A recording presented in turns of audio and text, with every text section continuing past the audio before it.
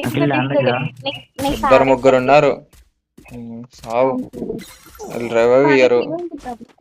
మీరు రివైవ్ ఇచ్చినట్టే, మీరు సీరియస్ గా ఉన్నారు కదా. అక్కడ ఎవరు లేరు. ఆ, రివైవ్ పాయింట్ కాడ డైనో వేసావంటే ఏమనాలి నిన్ను?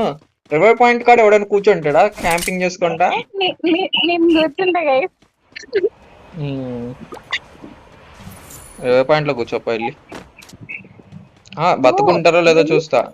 రివైవ్ పాయింట్ లో కూర్చో దివ్య. నేను కొడతా నువ్వు కొట్టు. చూస్తా, నేను రికార్డింగ్ చేస్తానా.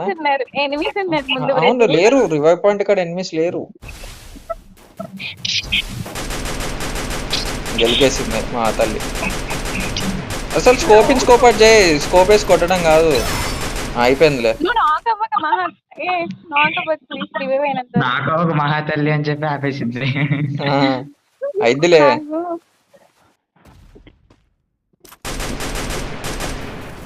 రివైవ్ అయిపోయినా కరేజ్ జోన్ బయటకు వెళ్ళిపోతా. తెలుస్తుందిలే ముందే చెప్పక్కర్లేదు.